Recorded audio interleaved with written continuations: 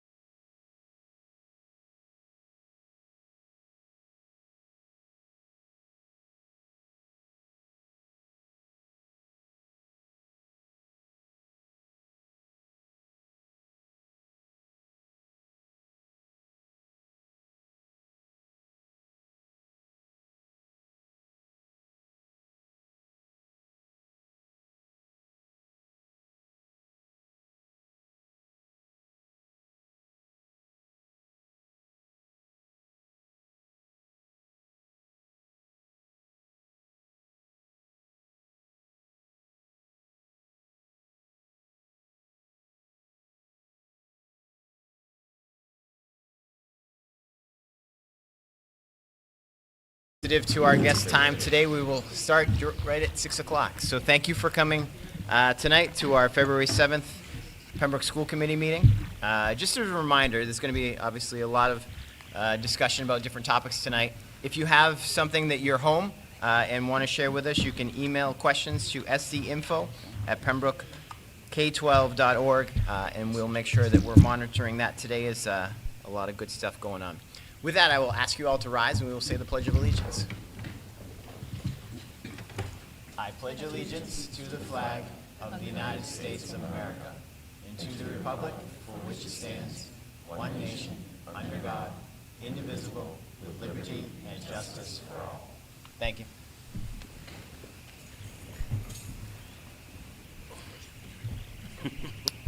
Okay.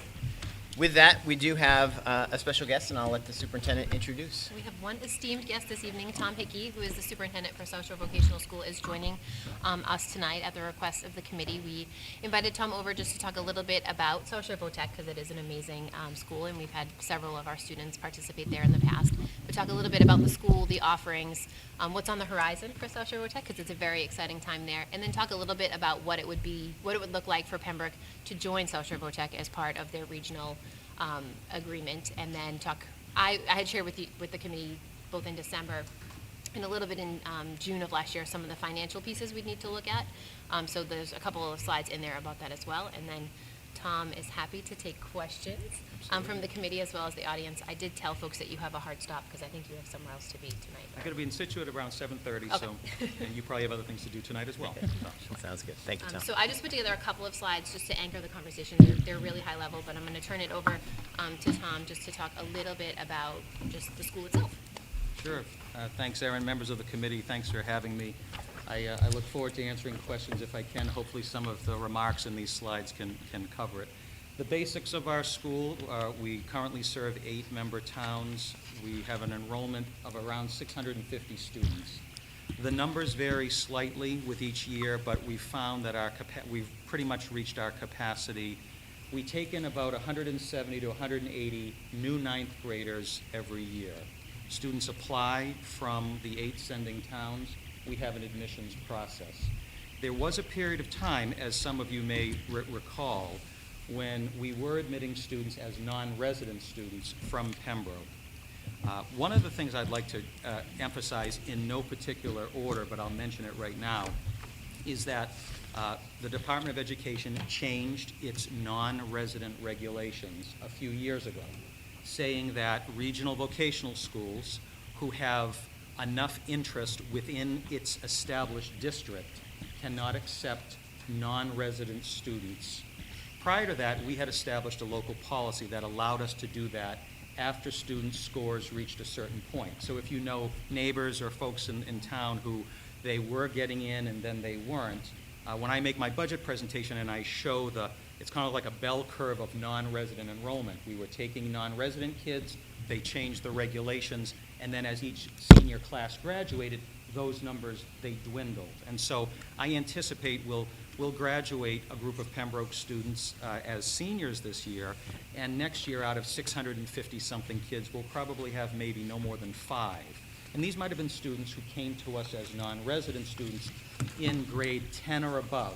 It is possible to come to our school in grade 10 or above as a non-resident student. The regulations don't prohibit that. So one area of advocacy, if I'm a non-resident community wondering how I might be able to get access in some school that offers Chapter 74 programs, is there an avenue to have the state revisit those regulations? But let's assume for now that that's not something that happens overnight, certainly. But that's probably what has led to the question about what options do Pembroke families have for Chapter 74 vocational technical programs. And so these are the majors that we offer. For those of you familiar with the school or a casual view of our website, it's absolutely critical that we're offering programs that have a local and regional that are economically viable. It's too expensive to run programs where we cannot place students or place them on a path to employment. This is not a college-free school. Depending on what it says on your birth certificate, you might gut check the Voc schools of days gone by and today, Everyone is trained to go to college if they want to. They will have all the minimum requirements that meet the Board of Higher Education admissions requirements. But our core mission is, if you have a passion in these areas, we're going to make you the best prepared candidates for these pathways. Some students go to school, some students go direct to work, but in this economic climate, or in the last 29 years that I've been there as a teacher and administrator, a lot of kids are doing both because they simply can't afford to do one without the other. So we continue that core mission with the programs that we have here. Aaron, I'm happy to punctuate if you want to. Yeah, so let's talk about from an angle of, okay, you guys are awesome, we want in, what do we need to do? What's going on here? What is the process that's involved? The process starts with the interested town establishing a regional planning committee. And there's a state law that governs that pretty clearly. It could be a majority vote of the school committee plus a majority vote of the select board, or it can be a vote at town meeting. And the vote at town meeting, let's say, is a path where the town moderator establishes the committee, and I don't know it down to the sentence, but it basically spells out who makes up this committee. And then that regional planning committee acts as an exploratory committee for the town to engage with the district. I've had experience doing this with the town of Hull in 2017, 2018, and then most recently with Marshfield. So Marshfield forms a regional planning committee. We have a standing regional planning committee, members of our school committee, and it really starts with informal conversations such as, can we have a tour of the school? And we'd like to see what's going on, and we'd like to gather some more information. Ultimately, the regional planning committees act as kind of a barometer, the interests of the town, the interests of the district, and they look at what the options are. There's some data sharing in terms of capacity, programming, and cost. And usually what happens is that process ends with the respective committees coming up with some tentative terms and conditions for a new member town to join. The process always goes back to the groups that they're beholden to, whether it's to the town or to our regional school committee. But if we were to use Marshfield as kind of the canary in the coal mine, because they're doing this right now, we worked with the town of Marshfield on establishing some terms and conditions, and we focused on two areas. One is we have a stabilization fund that our existing towns have paid into, and we wanted Marshfield to pay a proportional share. So it took out the question of whose piggy bank was that, and you just came in, and we eliminated that as a conversation topic, and they're going to pay a share of that. And then, of course, very exciting for us, after 7 tries, we are in the Mass School Building Authority pipeline for a new school, or a renovated school, or something more modern than what we have, and hopefully with more seats. And the other big condition that we talked with Marshall about had to do with how do you calculate a fair debt share for a new community coming in when existing communities are going to be asked to cover the tab, but you're bringing in a new community. And so we were able to work out some conditions there, and I don't want to be overly prescriptive because I want to make clear there's no law, regulation, there's nothing that says how this has to happen, but that's how we treated it with Marshfield. So where we stand now is those terms and conditions have to be baked into our regional agreement, our charter, which is subject to amendment through the Department of Education and then back to all of our town meetings. So this spring, at our 8 district communities, and in the town of Marshfield, we're going to have an article on the warrant that says we're going to make changes to our regional agreement. DESE did a full physical on it, so we've got a lot of commas that we changed, and we made some capitalization errors, and we fixed a lot of small things. But the biggest reason we did this was to put those terms and conditions for Marshfield into the agreement. So it's kind of it's kind of like, all right, enough already, but that is how the sausage gets made. The DESE legal department signs off.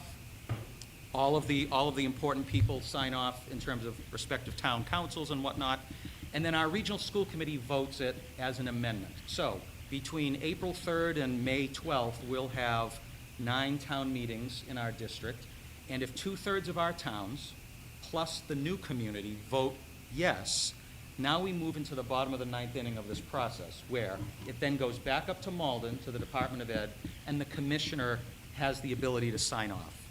If DESE Legal said this document looked okay, I'm going out on a limb to say that unless if it's at the top of his inbox pile, Commissioner Riley will approve this, and we will be able to then start recruiting later this, we will be able to recruit current 7th graders in Marshfield when they become rising 9th graders to be members of the school. So Marshfield would become an official member as of July 1st of 2024, if we get the approvals this spring and if the commissioner signs off. So part of the good news is that there is a path. It is very prescriptive. Most of what I've just said, other than terms and conditions, would be the same for Pembroke or for any other community. And so this is a great visual here that walks through a potential timeline. And it may start off with, as I said, the path of having a town meeting vote. Let's see where the community feels about at least forming a committee to talk officially about this. And then you have time for a planning group. You have the potential time to develop terms and conditions. And as I'm sure you've talked about before, the financial piece of this needs a lot of attention, because if we're also talking about the vocational school up the street that's in the MSBA pipeline, the most obvious questions are, what are you building, how much is it, and what are you going to charge us how are we going to share that debt? For us as a school district, we're in the early stages. We've hired a project manager, and we will spend the first half of this calendar year hiring a designer. And so by June of this year, we'll have a project team formed. I had a building committee meeting earlier today, so this is only a few hours old, but we have a timeline where by the end of this calendar year, we would have rough estimates. You know how they do it? They make you pay a bag of money to design. You go from the base model up to the Cadillac, and they put rough price tags on each. So by the end of this calendar year, we would be able to say, these are the options. Our complicating, no, maybe it's not complicating. I mean, after 7 years, I'm happy to have these problems. Right? The complicating factor is we also have to study the size of the school, because that is an absolutely important variable. We're a school of 650. So what the MSBA, after doing an enrollment analysis, said was, we will reimburse you for a school for your 8-member towns anywhere from 645, which is where we are about now, to 805, based on demand, et cetera. If Marshfield joins, that ceiling goes to 975. So there's a very wide range. And with that wide range, when you think about, oftentimes new schools get built and they have to look at the realities of maybe plateaued or declining enrollment. So sometimes new schools are built with a lower enrollment projection. We're in a position where we've got the potential to build a much larger school. My personal feeling, not as an engineer, is that I don't think we could afford or build a parking lot big enough for 975 kids. But that's what the numbers are. And ultimately, as people have asked me, well, what are you going to do? My answer is we're going to build the most modern, most affordable school we can when it's time to make that decision. If it's, and as a lot of the data out there now is showing, the cost between renovating or hybrid ad reno and brand new, sometimes those numbers are very close. But my point is, but by the end of this calendar year, so for people who like doing forecasting and planning, and when will we know more, and when could we seize onto some of those numbers? I think that's good. Ultimately, our process for a new school leads to a district-wide vote. All 9, let's say Marshfield goes in, all 9 of our communities would very likely go, and there'd be a ballot question vote on the same day in all 9 of our communities on this sole question of the preferred design is to build X, and what say you? Go to the polls and vote yea or nay, and that would probably be in the fall of 2024. Fast forward, the construction process. We're probably looking at completed construction around for the opening of the 28-29 school year. Maybe a little earlier, but I mean, it's like watching the 10-day forecast on the news. When you see that little sun emoji on day 10, you want to believe it's true, but you just don't know. But that's a rough estimate. So in terms of, in the middle of this slide, the most sensitive square here talks about a potential debt exclusion override, which is a local matter for you. But obviously, knowing some projected numbers would be important. What we talked about with Marshfield was if you come in the district right as we're starting this process, we have to be willing to trade off there are some certainties that we can't nail down. So we ended up with an arrangement with Marshfield where we're going to phase in their debt share over a 5-year period, essentially treating it as a pay-as-you-go model. Each year, Marshfield's share of student enrollment will likely increase. They take 20 kids the first year, then it might go to 40, then 60, and whatnot. And when we get to a point that we've recruited 5 years worth, they've been in the district for 5 years, then we will freeze that share. So for Marshfield voters, when they look at this matter, they're going to say, we have access to this school, we're going to have a phased-in approach. I personally think it's a very fair model because nobody feels like we guessed wrong. We figured out that we're going to throw a dart and say 15% of the student body enrollment in 5 years. Who wants to be wrong on something like that when it involves millions of dollars one way or the other? So those were the terms and conditions that we worked on with Marshfield. And ultimately, as I said, we'll see that process through. The question that folks might be asking is, with Marshfield coming on board, how might that impact?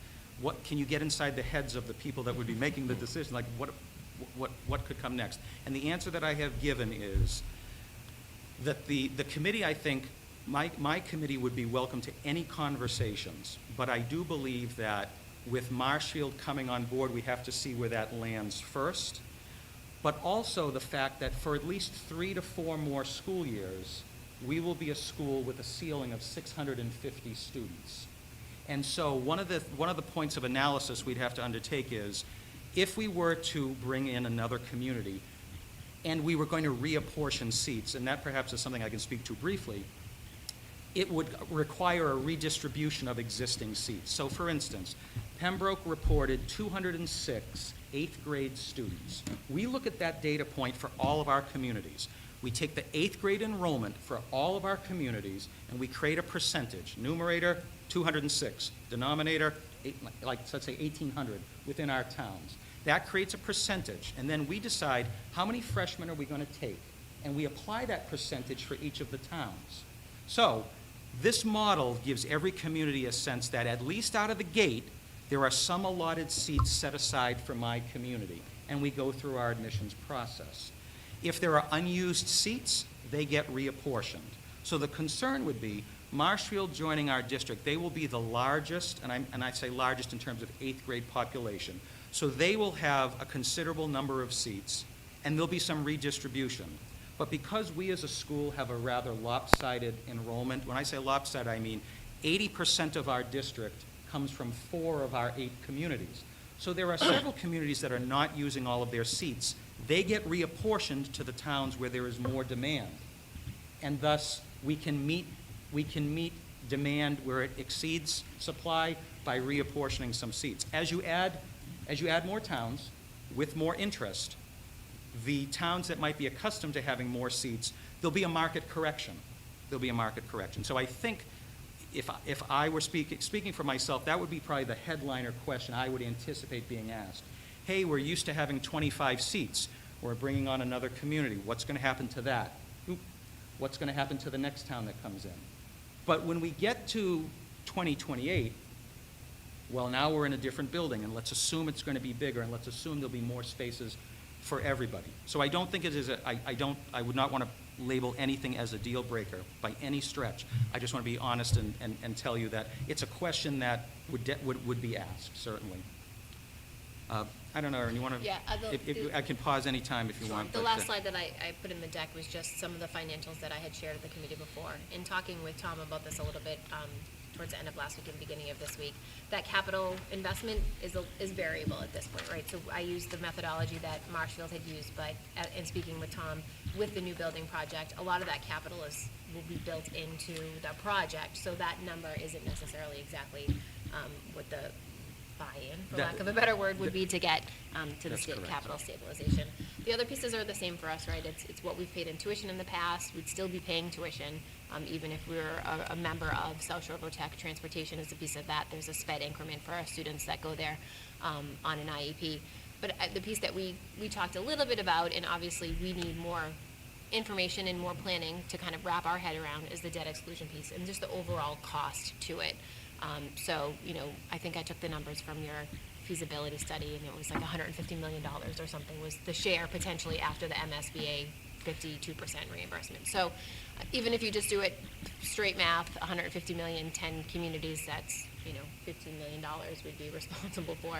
And what does that look like for us? And so I think that's the piece that we need to get some more assurance around and kind of work through, what does that look like for us as a community? I think that's kind of, in our hope in exploring the regional agreement, it's the financial piece that's the most interest to us, figuring out whether that's something that makes sense for the community at large, and whether or not this committee wants to move forward after we have all the information.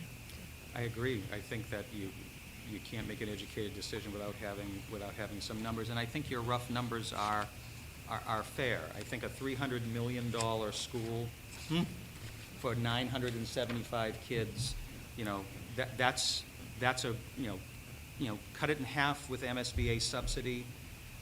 If I take Pembroke's 206, that's probably about 11%, right? So I would take 11% of 150 million, and then I would, so if you're looking at, can you put us in the ballpark? And give us the bad news and put it in the ballpark. If we were doing it just on debt share, just pure enrollment like that, that's a reasonable way of approaching it.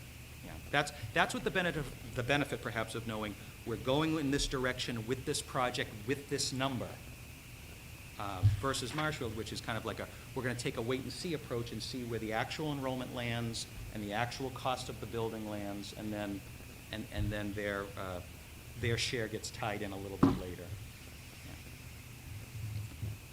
We had just talked a little bit about some potential questions. Tom was nice enough to put the answers into what I had sent to him, and he's already covered. Google Sheets, Google Docs, love it. He's already covered most of this, but I know that there's a handful of other questions with the committee, as well as I'm sure in the audience. So.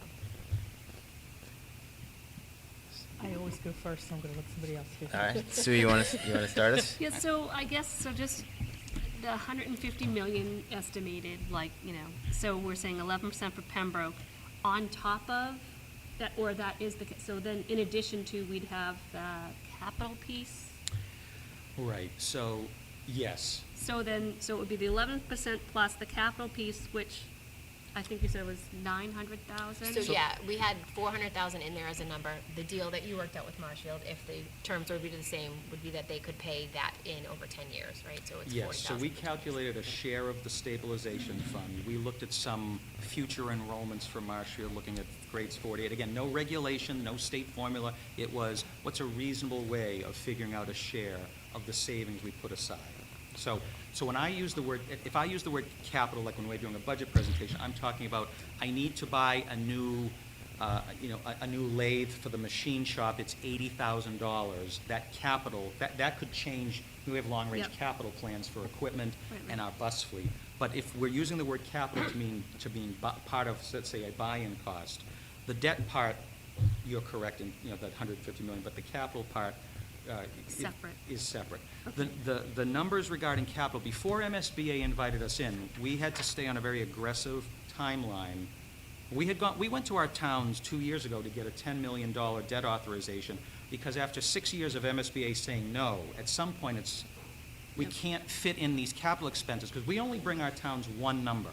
We do not go to town meeting warrants with the operating number and then capital somewhere else. We bring you one number, and the communities, that when you see it on a town meeting warrant, we've got to account for our operating and our capital in one number. And the taxpayers, not that they don't care, but it's one number, it's yay or nay. So we have to be very good at planning it out, because too many spikes in capital are going to throw off an assessment. Absolutely. So that's fair. So in addition to that, there's the stabilization fund?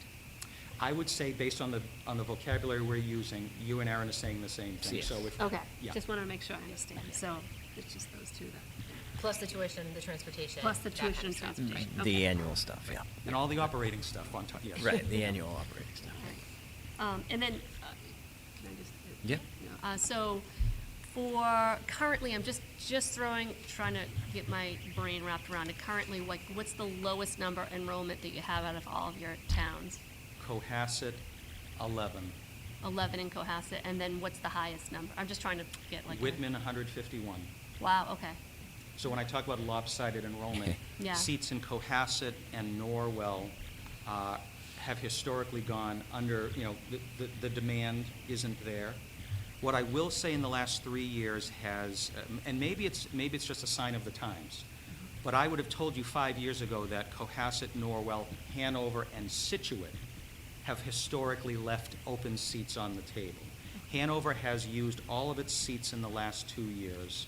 And in an hour, I'll be in Situate to tell them that we're graduating 8 Situate seniors, and we'll probably be admitting 23 ninth graders. They will fill their allotment for the first time in forever. So if you were to ask me a year from now, what's the deal with leftover seats, I would probably have to limit my answer to Cohasset and Norwell.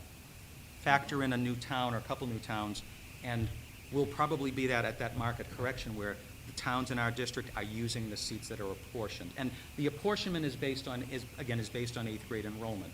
And what do you do with those leftover seats, and how do you farm those out for interested communities? The kids who are on a waiting list are put in order regardless of zip code based on an application score, and we simply accept from the top down. And so when you ask about the highest enrolled town, a town like Whitman, their allotment is probably in the mid-20s. So if you quickly multiply that by 4, that's high 80s, Yep. 90, but they're at 151. That's a community that has a significant amount of interest, and it's beyond their allotment, but they're using seats that other towns aren't using. Okay. All right, well, that makes sense. And then, let's see. And so when you're building the new school, is it a brand-new building, or? MSBA requires all of us to put up a bag of money and study it from repair what you have, renovate what you have, all the way up to something brand new. It goes from a preliminary design to a preferred design. So in most cases, you have multiple options, and then the school building committee will rule out several of them for various reasons. It doesn't meet our instructional program. There are a variety of reasons where the building committee narrows it down. And then ultimately we'll go to the MSBA asking for the board's approval to hand over the 50% coupon. But we've got to do that work to narrow it down. But we do get told along the way what the price difference approximately might be between these options. So it would be wrong of me to say I can never say it in a concise sentence, but I don't want to get caught saying the new school. I want a school with more seats. And if that means that we're going to tear down half of it and keep half of it because that's the most affordable, best option we have, maybe we do some sort of a combo. That's all part of the calculus as we get into the design process. And is there a plan, like, let's say you decide to renovate, tear down half or whatever, is there a plan for the current students to? That gets factored into the cost. And MSBA, anyone who's dealt with an MSBA project knows that not everything is reimbursable, and so you got to read the fine print. Modular units are not reimbursable. If you do phased-in construction, the longer you have a construction project open, here we go. So when we have to say to people, what's your reimbursement rate? I can tell you, we're getting reimbursed 55.16% for our feasibility study. And that's the easy part.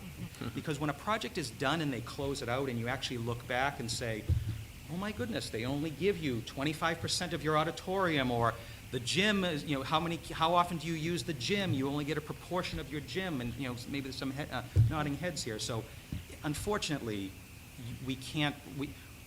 I can say 50% of a $300 million project, but again, the final reimbursement rate really depends on what additional funds the local communities have available. Vocational schools have been arguing for many years, and we continue to advocate with the legislature, that the per square foot cost for furnishings, fixtures, and equipment is capped, regardless of the nature of the school. And our argument is obvious. The stuff we're putting in the square feet of our school is a lot more expensive and a lot more specialized. Could you make an exception for us? Thank you very much. That hasn't been a priority, but ultimately, it will impact what we can, what we can offer. And that's just the reality. Yeah, makes sense. Tom, if it were a brand new building, would it be at the same location? You Is selling there any space land? there? Are you No. anyone selling any land? No? We're on about 50 acres, and we are surrounded by wetlands, and I think we've got a mysterious underground creek somewhere in the middle. So we know we have to do some site environmental work. I think, Aaron, the answer is it would be on the same site. MSBA does not reimburse for a land grab purchase.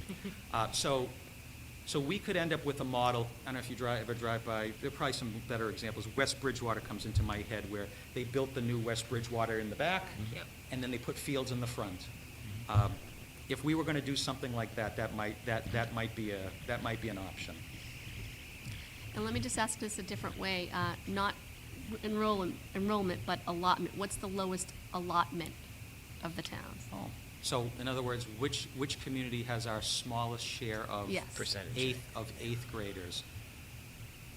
I'm just curious what the number is. It might be Hanson, and their allotment might be in the teens. In the teens, okay. Yeah, I could get that answer for you, certainly. Okay, But, yeah, I don't think we have no communities where the eighth grade enrollment is like under 100, so it might be in the low 100s up to, Marshfield is 236 eighth graders, so, Okay. yeah. Susie? Are you ready? Sorry. I don't know if you've watched any of our meetings, but it'll all come clear. I've been warned, okay. I No hope worries. so. I come with a warning label. The new building, you said it may have more seats, and then through your conversation, you talked it could cap out at 975, which, if I heard you correctly, is unlikely because of the associated cost with something that large. In my humble opinion, you round it up to 1,000, and that's a ninth grade class of 250, and we're serving 10 towns, and kids like to drive. Yeah. Do we have those stackable parking garages like in New Capacity York just- City? I just don't know. I don't know some of those practical parts. I'm not sure about. Right, and you talked about the allocation, so you answered that question. The new build, a lot of conversation around the building committee and then the various scenarios that they might choose to pursue. Right. Do you have any timing around that? Because that would impact, I would Yes. think, the timing of, say, Marshfield, but for us getting in on it, and I'm wondering, as the timing of whatever type of construction may be happening, say we choose to do this, but, and I'm just speculating, I'm just kind of, A lot of this is speculation, and I realize as soon as numbers come out of my mouth, that might be you said 150. What are you talking about? right, and I think that's where The I'm Tom kind of Hickey of going, like, 2023 said 150, and now, what did I do 2 years later? you know, sometimes we think about something and we choose not to do it, and then maybe 2 years out we do. And say your building committee has met, they've made the choices, the building's complete. Would that change the timing of that timeline as far as the 3 to 4 years to get in? Or is that consistent regardless of whether there's a bill? I think we know that by the end of this calendar year, we should have a sense of the menu. Here's what's on the menu, here are the prices. And by the summer of '24, we hope to be in front of the MSBA board with a preferred design for their vote, and then a vote on it in the fall. Your question is, would it change the next few years? I don't think so, simply because of the amount of time it takes to do we do a design bid build approach? Do we do construction management at risk, which is construction jargon for, are you going to bring on a general contractor earlier? Do you have to do a lot of environmental site work earlier? Our team is projecting out that, if we could we're trying to be as aggressive as we can with a timeline, but we're still looking at least 3 school years where there's a lot of interest, but we can't increase the capacity. We'll still be at 650 up until we can ribbon cut, at least in a design. I'm assuming that's the case. And if any communities that have done this, either historically or say with Marshfield, put in, recognizing, especially in this current economic climate where things are kind of fluxing, eggs were $2 and then they were $8 and then Yes. $5. Are there any type of stop loss type pieces worked into the Oh. contracts for the communities that are making a commitment, but recognizing we can't control everything, but also there's a point beyond which the community can't flex with whatever's happening economically? When we read in the paper about some projects, like I think I was following the project down on the Cape, Nauset Regional, they went to the polls, inflation, they had an outside line for a project. they had to go back to the voters a year and a half later for another $38 million in order to fulfill the preferred design. The voters approved that. So I mean, I certainly think it's like, who would want to do that? I mean, you should, hopefully with one bite at the apple, it seems extraordinary. And I think the voters in that community or that district said, okay, we understand. But the idea is to see, to basically come up with a price, because here's how it works in terms of debt calculation. Again, it's a bit boring, but when we apportion debt share, let's just take our existing communities. Whenever our school committee votes to authorize debt, and that's a power of a regional school committee, they don't make the decision, they simply get to incur it. They start the ball rolling. So what we do is we do a 3 fiscal year look back.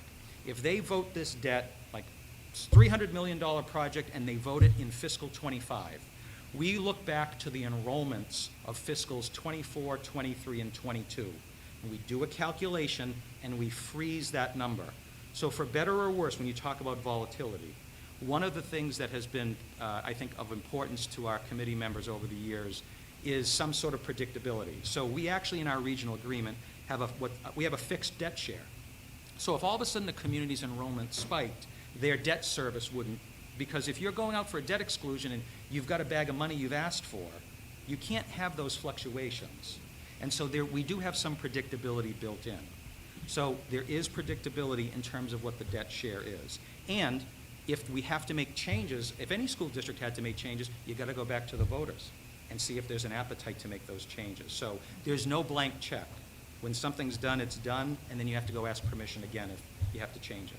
And those requests for those debt shares, do they incorporate, say, I'm just throwing a number out, but like a 20% of that is for like a contingency fund? Sure. So the build is really 80% of what the debt share is, with 20% there for the oops. We just found, I'm not going to say asbestos, but you could if you're doing the combination build. You never know what you find. You're entirely right, and we're required to build in contingency numbers for exactly that reason. Okay. The hope is that it's on time and under budget, and part of the reason for being under budget is you didn't have to touch the contingency, or maybe bids came in lower, and you could put that swimming pool on the roof that you thought you weren't going to be able to do, or the tennis court, or whatever. And that was my follow-up question. And I'm a big hopeful person, if you had that contingency fund, do you have the flexibility to use it Yes. kind of at your discretion? So Through the school building committee, yes. I have never had the experience of spending unexpected money like that, but my understanding is if the community has approved a project and it's within the scope of the instructional program, yes, I mean, most of the time, if there's an opportunity to use it, you could. Yeah. Okay. But there definitely are contingencies built in, because to get a second bite at the apple could really mess things up, because it could bring a project to a halt. So having a contingency is expected. MSBA expects it. now, recognizing Marshfield's in the process, we're considering the process. Do you have any other towns that have expressed interest too, especially as this seems to be gaining momentum? No, in the region, no, no? nothing as substantial as this conversation here.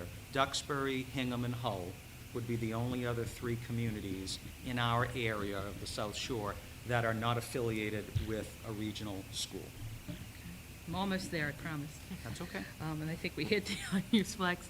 And then you said that did I hear correctly, December, the building committee should be putting their options together on what they want. Did I hear that right? We hope that whichever designer we hire by June should hopefully have some rough estimates. It'll take a lot, we should at least have something that we can talk about by the end of this calendar year. Thank you for your patience. No, I'm notorious for doing this, but I just kind of write them as she goes. No, Thank you. I'm happy to answer it. Very helpful. It's a little vague. Some of the answers might be vague based on the timing, but we'll know more as this year progresses. No sense, Susie? I'm done. Yeah, I'll try to be brief, to give everyone a chance. With the building of a new school, do you anticipate adding new programs beyond the 10 or so that you offer? Yeah, thanks for that question. Yes. And by the way, thank you for doing this. This Oh, is my great. pleasure. No, happy to help. And we had to submit what's called the Chapter 74 viability form. We had to go to the Department of Ed and say, if we could build this bigger, what other programs are economically viable that we would want to add? And we had a half a dozen. Total wish list. I mean, you can it's an easy exercise. Is it part of our regional blueprint economically? If you ask me what our top two were, I would say plumbing and vet tech. Our school, we started down a path of we opened up a horticulture program 6 years ago now, which was our first agricultural, if you will, program. That's how the Department of Ed classifies it.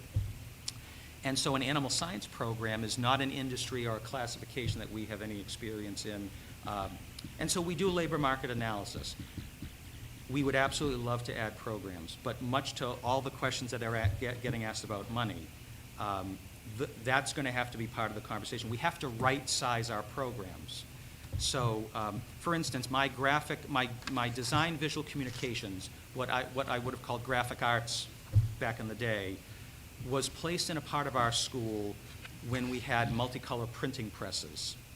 And now there's a whole, you'd think they were like, oh, those solar panels? No, those are Macs, right? So the industry has changed. They're in a room with a very high ceiling. And so that would be one example of something where our graphic design program could be on the second floor. We've got to keep our heavy industry programs that are customer service based, heavy industry, on the first floor. We're the biggest ranch on the South Shore, 130,000 square feet. We cannot be a ranch anymore. We have to go up, and those are some of the things that we'd have to look at. If we have programs that have historically been slightly, I don't really have any programs that are like very much under capacity. My manufacturing program is probably our lowest enrolled program with very good job placement, and they need a lot of toys that are very big. So even though their enrollment might be lower, the geography matters as to where you place those programs. So that's an extended answer, but yes, if we had a gajillion square feet, we certainly could address it. But the reality is we'll probably have to right-size some of our current 12 programs, and hopefully we could expand into new territory. Fantastic. And I'm not sure if my next question is fair, and Bill, I see you in the audience, you might know this. What was the estimated cost to a Marshfield taxpayer? Did they say their tax rate went up $100, $500, $1,000? Nothing. I haven't been part of any conversations with Marshfield, and that's because they're approaching this as we'd like to join. There's going to be a bit of a risk because we don't know the exact number. So when Marshfield goes to its town meeting in April of this year, they're not in the district. They are going to be factored into the Chapter 70 formula, but we're not going to be at a point where we would be able to land the plane. It would take at least another year before we might be able to take a formal vote on that. And then the other variable is watching their enrollment.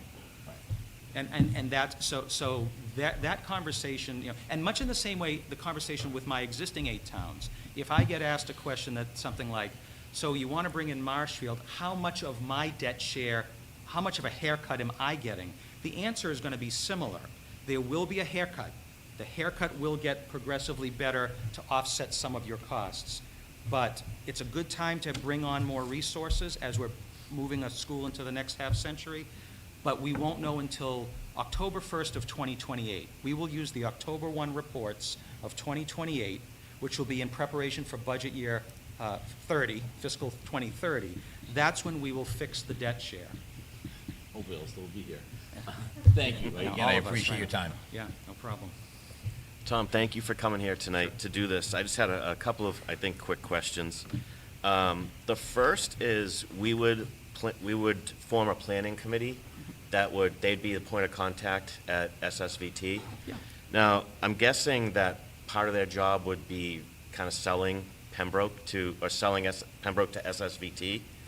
Would that be correct? I mean, I don't know how much of an appetite you guys have to bring in another town. Would it be?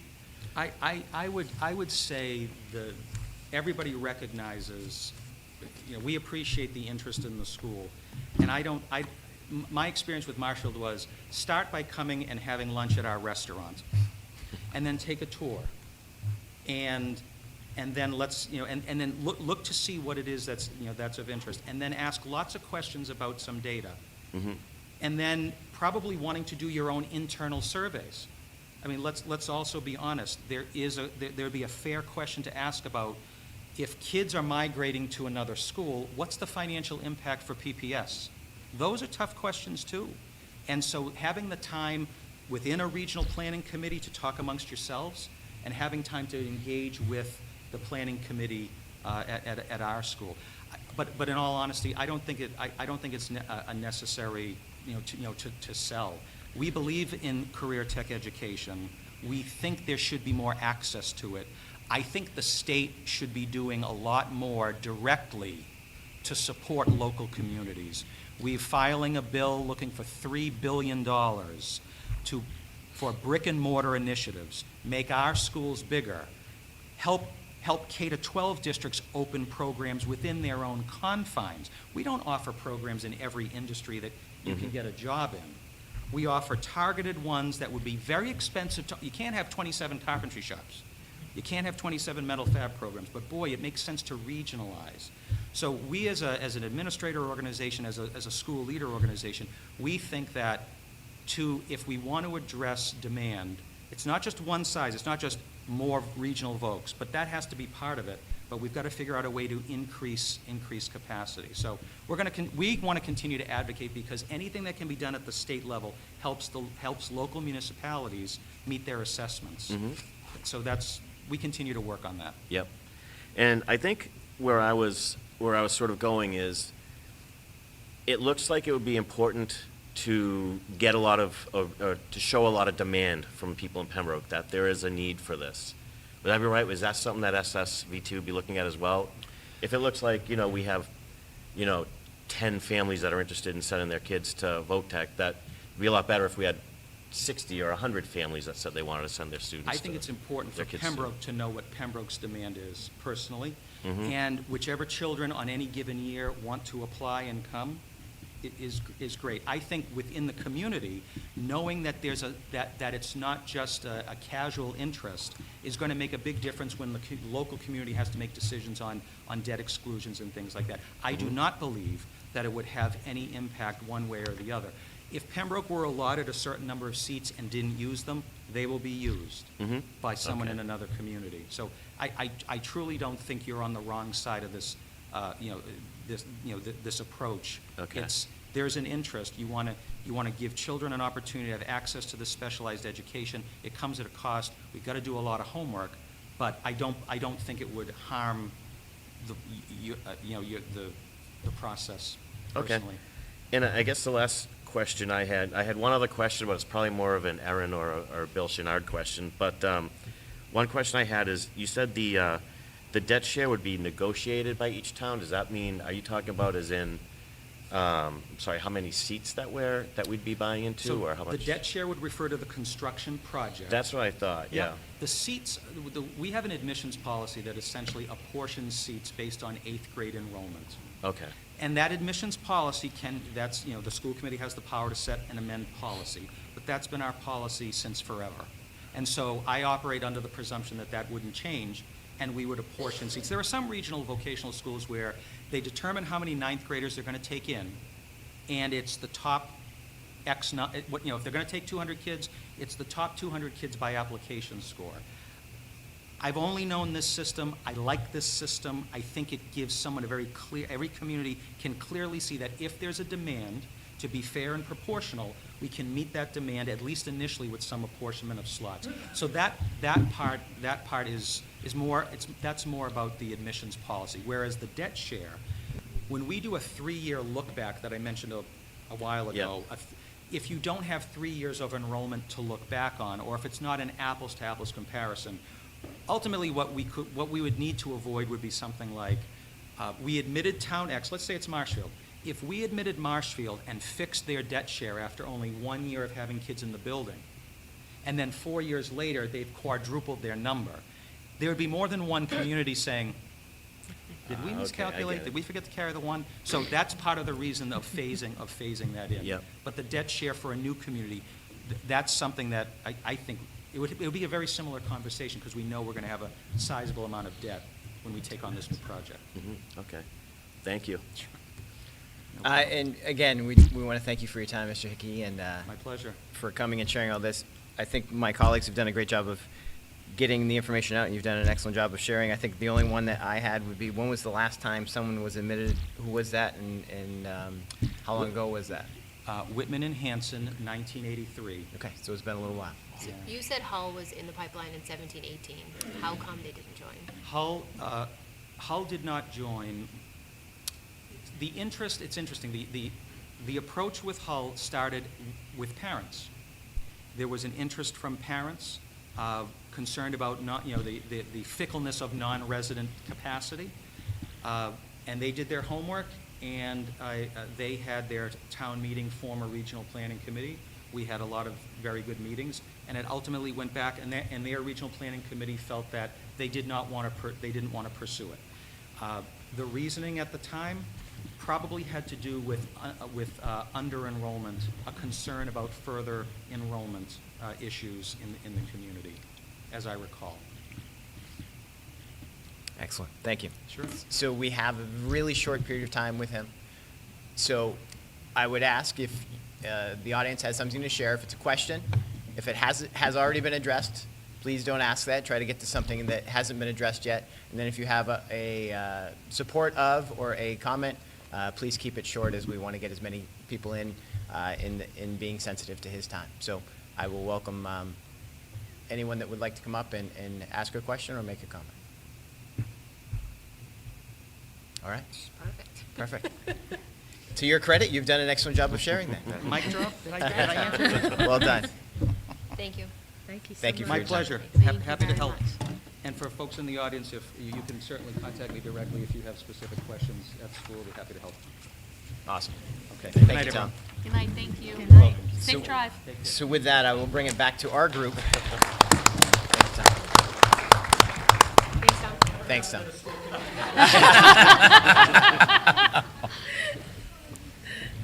Put that in the memory banks for later. So with that, I'll bring the dialogue back to our group, really on what our next steps are with this process. We've had a chance to hear the road ahead and the path that we need to take to be part of this process. I know we've had previous dialogue about the importance and the value of it, and that this was one avenue that we've chosen to look at.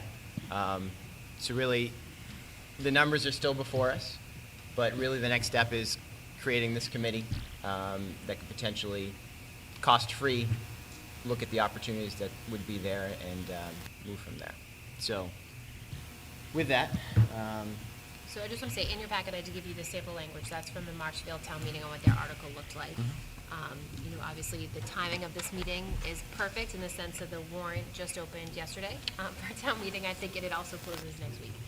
So if we're going to put an article on the warrant, that would be something you all would need to move forward with this evening so that we can get it over to Sabrina and Bill. So just so I understand, so the $150 million is what the proposed, we don't know. It could be more, it it's could be somewhere in less, that but ballpark, He's yeah. going with that number, and so let's just use that for now, And that's after right? reimbursement, yes. After reimbursement. So that's $16,500,000 for us, not Roughly. including the additional $900,000. Correct, so it would be a 30, so it's way too early to even guess Think at the numbers. number. But the regional committee would start to talk about how you pay back that debt, right? Even though you don't know exactly what the number is at first, you could talk about the timeline, you could talk about a 30-year debt exclusion. Marshfield's approach is a little bit different. They're gonna wait 5 years before they even tackle the debt. I'm not sure that's the right way to handle it either. They're just paying into the capital stabilization for their first, if it's voted this spring, for the first 2 years, and then, as Tom said, they'll revisit their share of the debt exclusion a few years from now.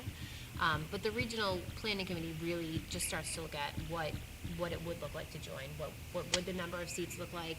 By the end of this year, you heard Tom say that they'll have some menu of what the building costs could be, so that you can hone in the number a little bit more. But we're a solid year and a half away from even potentially knowing whether it's 150 million or 250 million.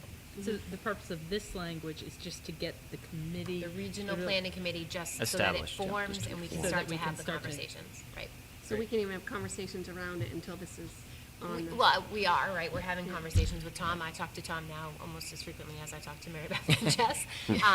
But to formalize the conversations, to get, so the regional planning committee is usually a couple of members of the select board, a couple of members of the school committee, myself, if we had a business manager and a business manager, obviously we'd loop in Jess and Mary Beth, to start to really dive into what are the questions, to start to do the surveying of students and families. What really is the interest? We know when people come out that there's obviously interested families, but what is that as a percentage of our enrollment?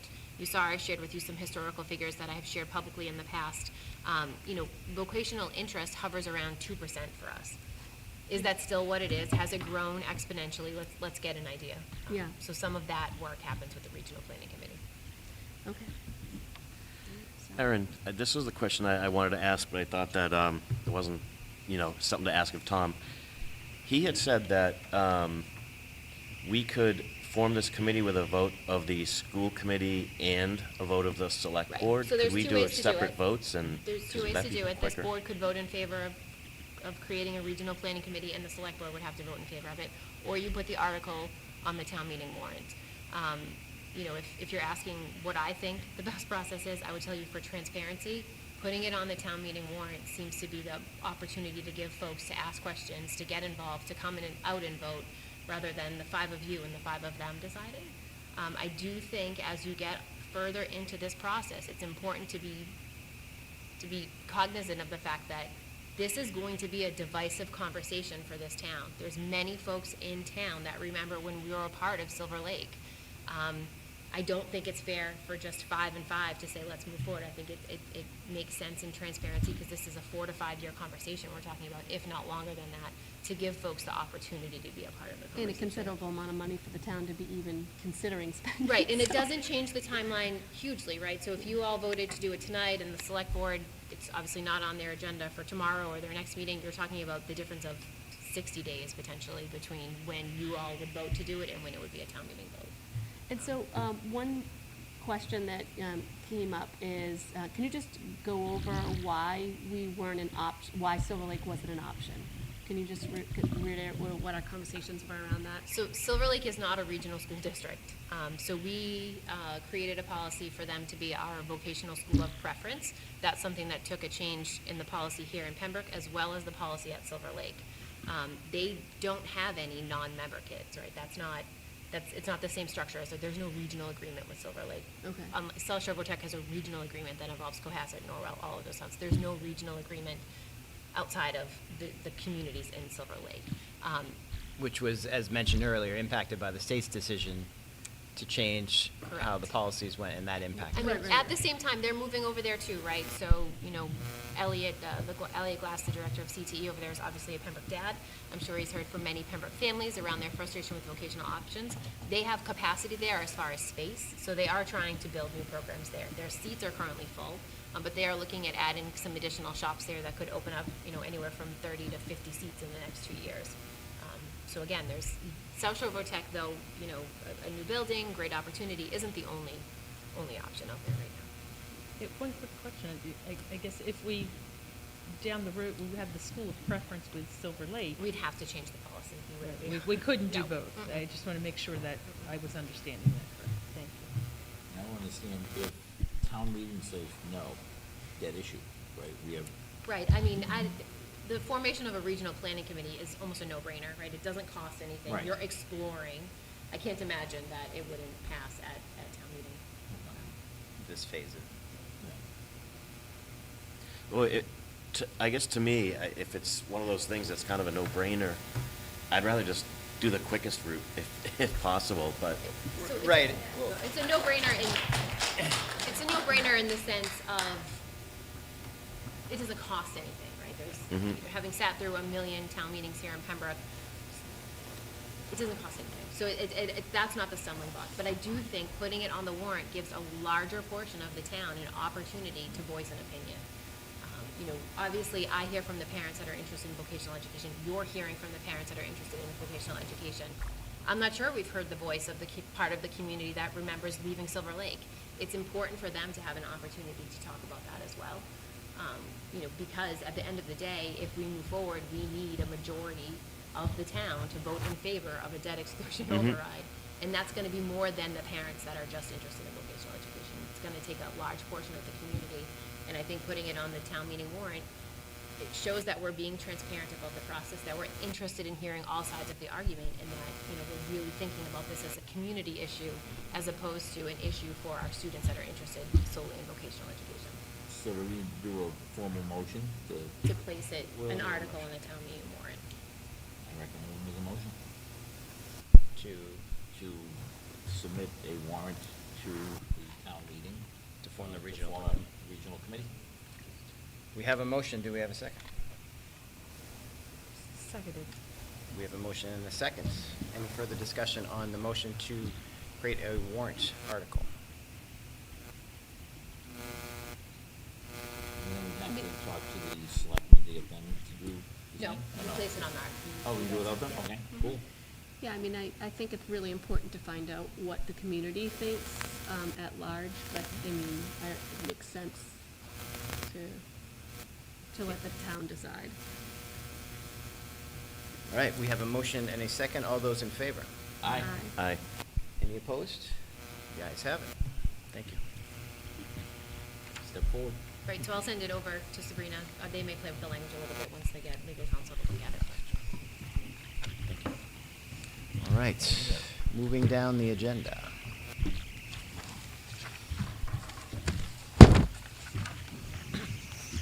There are no adjustments to the agenda.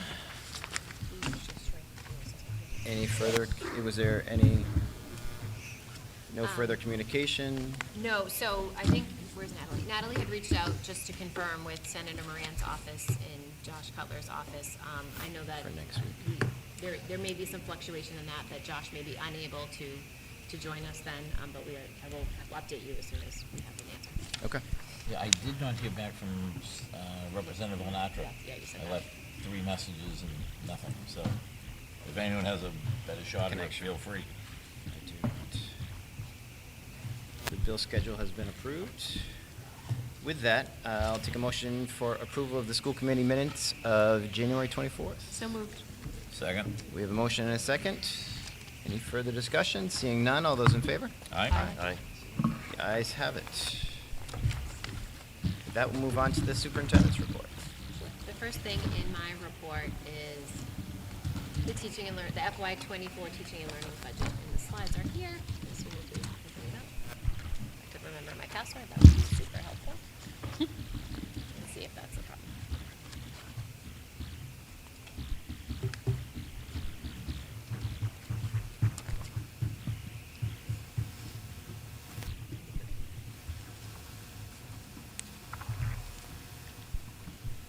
You need to move the microphone.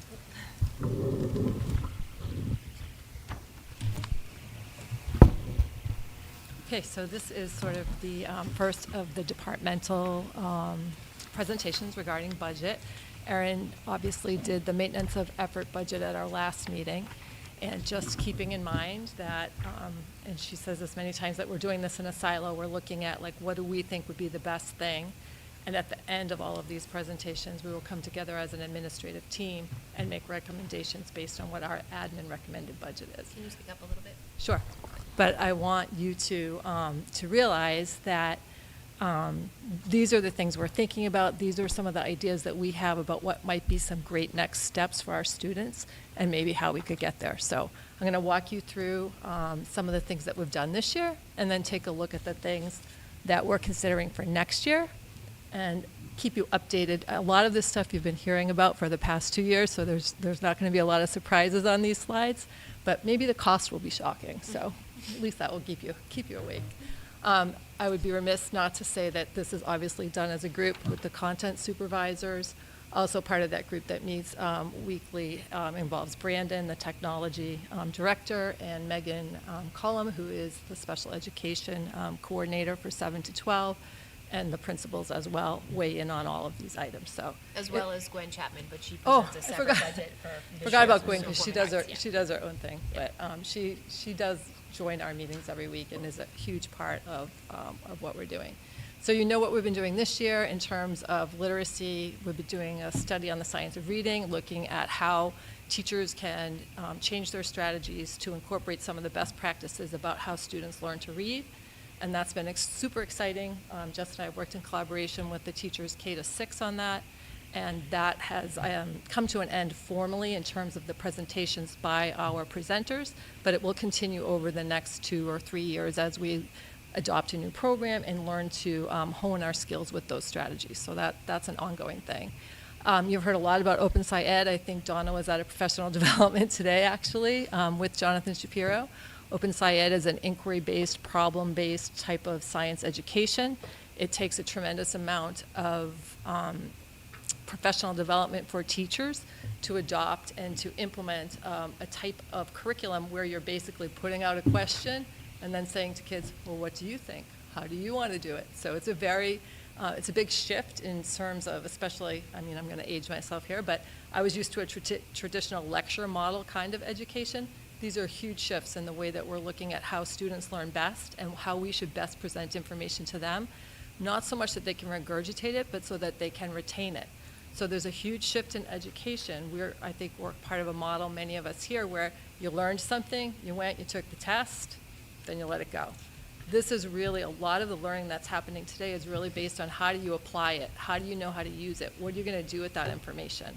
And the way we know that students learn best is really through problem solving and inquiry-based education. The tutoring is something that we have been fortunate enough with our ESSER funding to keep going this year. There's tutoring in all of the elementary schools, at the middle school, and at the high school for math and English, and that's been particularly effective for our students where we noticed that there were gaps due to the pandemic. And finally, we have an ongoing commitment, obviously, to celebrating our community and making sure that all of our learners feel welcome in our classrooms and that our curriculum reflects who they are and what their community is as well. For those of you who don't know, I have braces, so if I sound like I'm like, it's part of the joy of that process.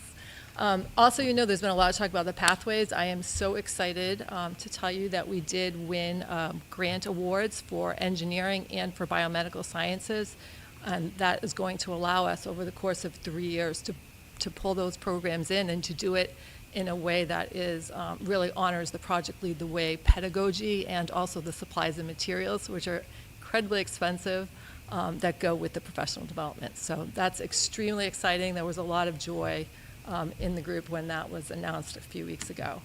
The NEASC, the visiting team has come and gone. Mark has lived that exciting part of the year, and the reason I mention it is that a lot of the work that we did over the summer and a lot of the work that we did at the beginning of the year had to do with making sure that our curriculum was articulated and that it was something that was accessible to not only the NEASC committee but also to the community. The thing about curriculum is that it really never ends because there's always changes at the state level. There's changes in many different pockets of curriculum, so we're always constantly revisiting it and revising. But it looks like we're going to have a little bit of a breather for at least a year or so. We offered 3 new courses last year. We offered Arabic, Latin for law and government, and physical science.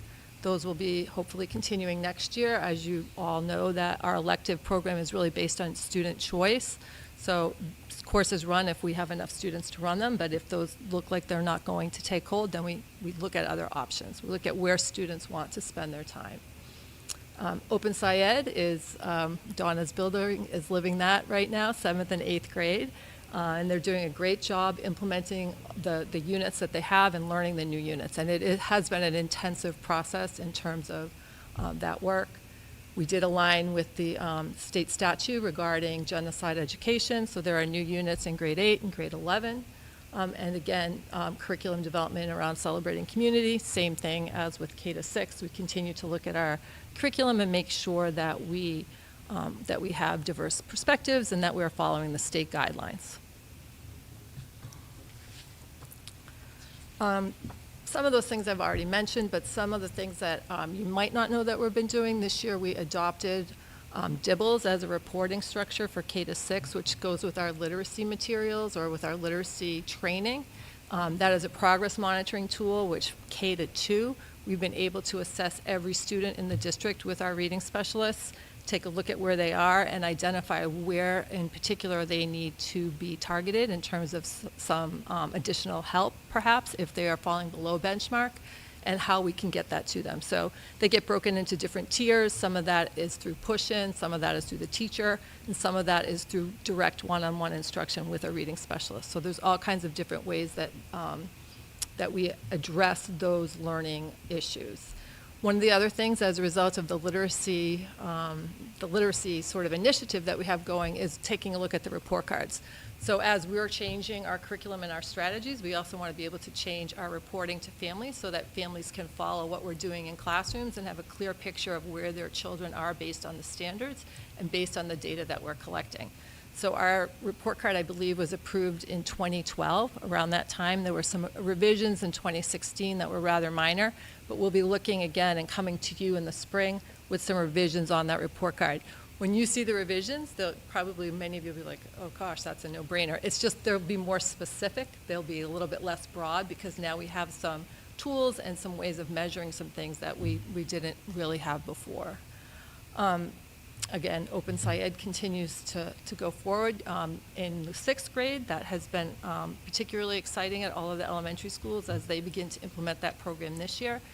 Open SciEd is piloting something for K-5 next year, but we're thinking the way that it is being rolled out, only 2 of our schools could participate, and I'm not sure that we want to go in that direction. So we're looking at that carefully, but it's not something right now that is that appealing to us. Sometimes it's nice to let the pilot year go too and adopt it after Buy the they second work or out third year some, model. some of the It's always better. difficulties. Don't buy Yeah. the first-year model. And I would not want to like pick 2 schools and one school not do it either. I think that's not who we are, and that's not the the type of education we want to offer our students. We want to make sure that everybody, we can say with fidelity that all 3rd graders are getting X, Y, or Z, not just 2 schools.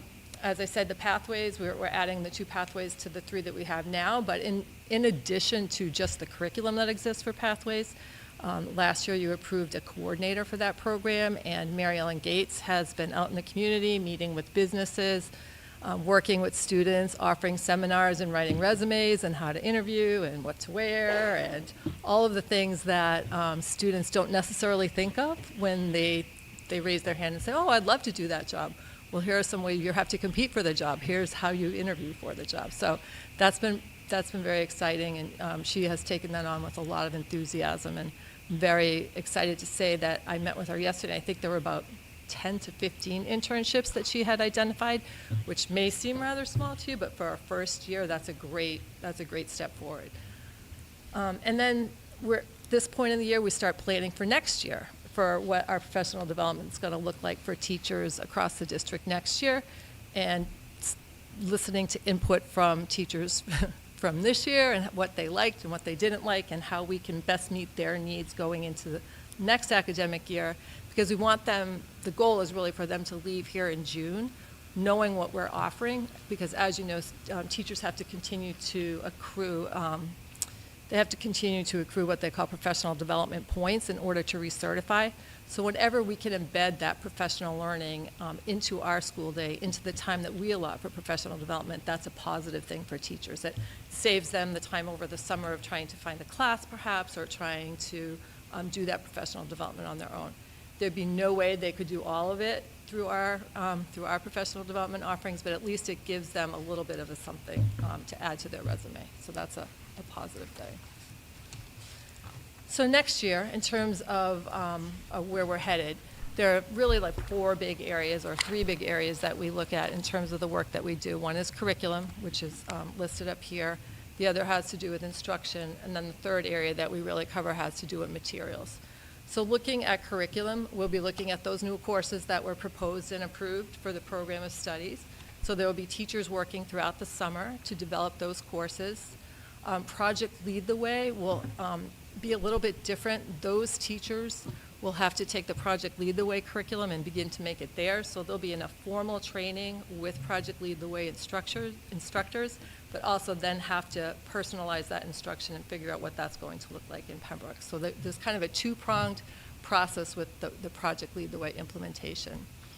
ELA will continue in grades 6 through 8 to take a look at the benchmark review and alignment. They'll be looking in grade 6 at some of the diversity, equity, and inclusion goals that we have, and taking a look at the curriculum to make sure that people are comfortable that we are being inclusive with the students that we have in front of us. Mathematics will continue as they do every year to take a look at the MCAS and benchmarks. All of these groups will look at the MCAS and take a look at the scores in order to report those scores as early as possible to teachers, so that teachers can begin to take a look at what occurred this year, where their students performed in a way that was strong, maybe where students had some deficits, and how to adjust that for next year. Even though they'll be looking at a different group of kids, there'll be some vertical integration so that the teachers can talk amongst themselves about, okay, I did this last year, here's where our students struggled, here's where they did well, here's how you should be thinking about next year. So that all happens in those summer curriculum groups. I can't see. What are you trying to do? I was trying to go back. Back. There we go. We get to start over. Way back. This is so fun. It's like almost like being on Zoom. There were some days when it didn't even. There we go. The next piece, as I mentioned to you before, has to do with instruction and how we continue to work with teachers to develop their skills and how they want to improve and how we do that. Again, Project Lead the Way is a huge part of that. Most of that, when we get to that piece of it, is grant funded. The district-wide professional development around literacy is a bit more expensive depending on when we do that actual professional development. There are some options for us to perhaps do it in June, but we may not do it until September. So there's some things there that we have to work out, and that would be obviously a cost to the district to have our teachers do that early, which would be my preference. We continue our science professional development. I think next year is the last year of the 3-year program that those teachers have been immersed in. We are also asking, this is probably one of our larger asks, is we would like to develop a 5th and 6th grade language orbit or special at the elementary schools to expose students to a world language at an earlier age. And then there's some world language professional development through a program called Avant Advance, and that's to help teachers to incorporate the Seal of Biliteracy standards into world language, which our world language department has started. Many of our teachers have done this already. This would allow for 2 more of those teachers to begin to look at those standards and then incorporate them into the work that they're doing. So you can see I've kind of broken it out on each slide what the total is, where the grant money falls, and then what the actual request is.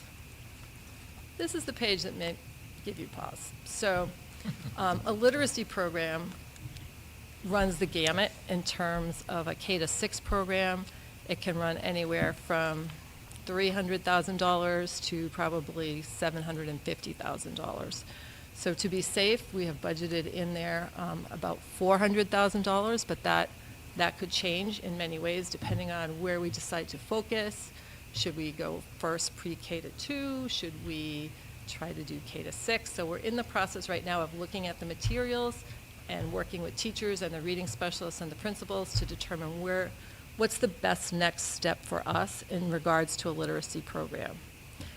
There are some requests there for textbook requests for existing curriculum, social studies in grades 2 and 4, and then for exploring business and physical science. Again, the materials for Pathways expansion is going to be covered by the grant, fortunately, so that's a real bonus for us as a community. Open SciEd, again, that's also covered. And then at the bottom, there's some online support that we're asking for. Most of those are renewals for the core curriculum, things that we want our teachers to have in addition to textbooks, things that students are engaged with and are able to utilize to improve their learning. So the summary of all those different buckets of instructional materials and curriculum. I'm just looking at your total, Meredith. That's all. Don't you love that total? No. So I told her, and it was Different getting a than little what's on your paper, crazy. Just, it got higher. It did, it got higher today. I think it went up 100 grand today. We're getting Huge bamboozled. So as I was looking at all of the I had asked for quotes on the literacy programs back in like September, and then they only last for, I think, 90 days, so got a few more of them started coming in, and I was thinking, oh my gosh, they've gone up, this is crazy. It was the eggs did it. The eggs. Yeah, apparently there's a lot of eggs in the literacy curriculum, but that was one of the areas that definitely gave me pause today and led to this, a bit of a rise from your original numbers there. Again, keeping in mind that this is sort of our best thinking, our in a silo thinking, and we know that we'll be meeting with the administrative team. I can see Donna giggling over there. The administrative team, prior to coming to you with an admin recommended budget. But these are the things that we think would be important for us as a district to grow and for us to continue to service our students in the best way possible. Next year, just to know that there's more coming up. So Envision, we'll be in a situation where we're at the end of our Envision contract. We'll also be doing a K-5 science review. That will be coming up next year. One of the areas that we have to think seriously about is our world language offerings. We're not sure exactly what the best offering should be right now. We're thinking maybe phasing out the higher levels of Latin, which are not highly subscribed to, but maintaining the first and second intro courses for students that perhaps want to explore a language that's not spoken. That's a huge attraction to Latin for many of our students. And then we're thinking, we've been looking at American Sign Language. We're not sure if that's a good fit for us or not, but it sounds like something that might be appealing to our students. So there's a lot going on in that particular arena, and something that we have to consider in regards to not just locally, what does that look like, but for our students going to college, they should have 2 years of the same language, but they really should have more. So trying to encourage students to at least to get to that 3-year mark is really important. There is an AP pre-calculus curriculum that's just come out. We did not sign up to pilot it next year, but something that we want to continue to explore, and that's going to lead to a larger conversation. I don't know, are they going to have, pre-AP algebra? I don't know, just seems like it's just going a little bit crazy. Sometimes with the College Board, you have to balance their profit incentives with sort of what our needs are as well. The thing we like about the AP curriculums is because they're nationally normed, you are able to compare students in Pembroke to students in another district or in another state. But I think sometimes they get a little carried away too. So we have to think about whether that's a best fit for us or not.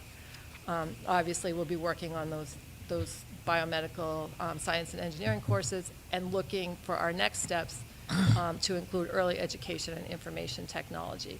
We're making some inroads in the information technology already.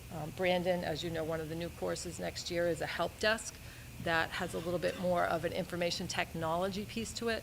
We've also found a number of classes that are offered online that have to do with information technology, but that would again be a process in terms of vetting it, making sure that it's rigorous and something that we think is good for kids.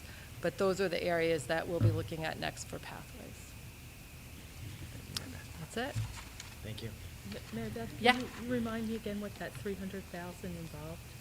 Is it like books plus online? I upped it by 100, but yeah, that would be. You probably said It's it, one but of you're those right. I was a afternoons. little kind of like, So, okay, wait, what would that? That's a K to 6 figure. So that's books, consumables, that's professional development, that's so many things. It's the ancillaries that go with it. There are the books for the classroom that come with that. So it is very expensive, and it seems to be broken. The companies have all changed over dramatically in terms of the way they're packaging it. One of the vendors that we're looking at, it's an 8-year contract. So, and one of the vendors, it's a 1-year contract. So we're looking at all of that too to see what makes sense for us. I think I got lost. If you said that, I apologize. I was like, what if they have like the triple play deal, like Dish or something, where you can lock in a low rate for your trial? So that's another Sorry, big change I really in the was- curriculum world. They're not really doing those pilot kind of programs. So in the past, when you have tried to implement a new curriculum, you could get like 6 months here, 6 months there, and you could try it with teachers. They're not really releasing all that kind of information anymore to, And it's that's so what I wondered, because expensive. that's a big commitment without necessarily having tried the program. Right, so we've been following the towns that are nearby, because everybody right now is really in this move towards the science of reading. We're not alone.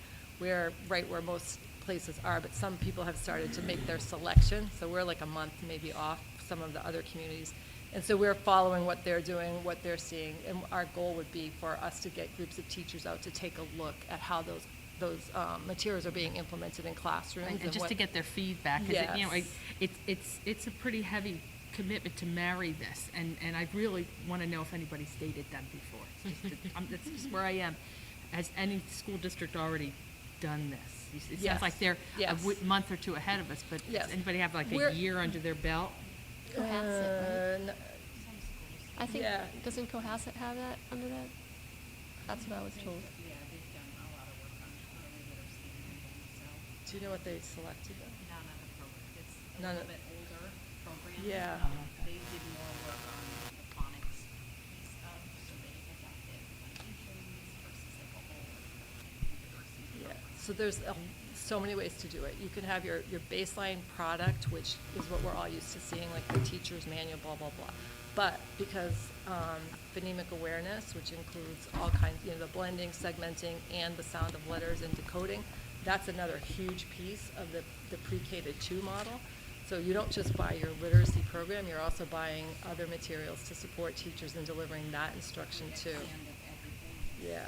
Some of And the the, programs have some phonics, but Right. not necessarily phoneme awareness and. yeah, so you have to reach out, and you have to pull it together. It's kind of interesting that nobody has just one with all of it. Oh, these you companies know? are finally figuring out how to sell things. Right, It's and the then- Apple model. And then, You can buy this, but you have to buy this to and go then the with it. state of Massachusetts rates all of these products. And of course, you want to be buying a product that's considered a high-quality instructional material. So there's lots of different areas where they're rated. So we're looking at 4 that are rated very high. We also did put together a grant for this, but I'm unsure about, we do a lot of grant stuff, and I have a pretty good grasp on if something's going to go our way or not. This one, this is one of the strangest grants I've applied for. Well, Erin's a little bit more savvy with this, but they have a pot of money, I think, at the state, and they're trying to get rid of it. But what that would mean for us is making a quick decision and then a lot of PD in June. And we all know that, you know, it's hard for teachers to commit to June because they all have their family commitments, they have set their daycare up, they've set their sort of life up, you know, so to come in now and say, oh, we need you to stay for an extra week for PD, you know, that could be a little bit difficult to do too. Well, along the lines of grants, I mean, I'm really kind of blown away that I think that's what's great about what you and Erin do is like writing the grant, you know, getting grants for these programs, like the Pathways program. It's amazing that we got that, right? So Yeah, we were I have to say, excited. like, kudos to both of you for. Well, it all was, the work. again, that's another team effort. Mark's part of that team I as mean- well, and Donna, the first year we did it, when we got the first one for Project Lead the Way, they're very thorough. They want a district person, they want the building principal, they want to know that you know what you're doing, they want to know that you understand the ins and outs of the program, that you understand the pedagogy. They interview you for over an hour. That's a big deal. It's a lot. Yeah, but- and the thing is But it's a that- team effort. It's really, I mean, I have to say, it's just one of those things where everybody has to be on their best behavior and put their best foot forward. Yeah, you know? absolutely.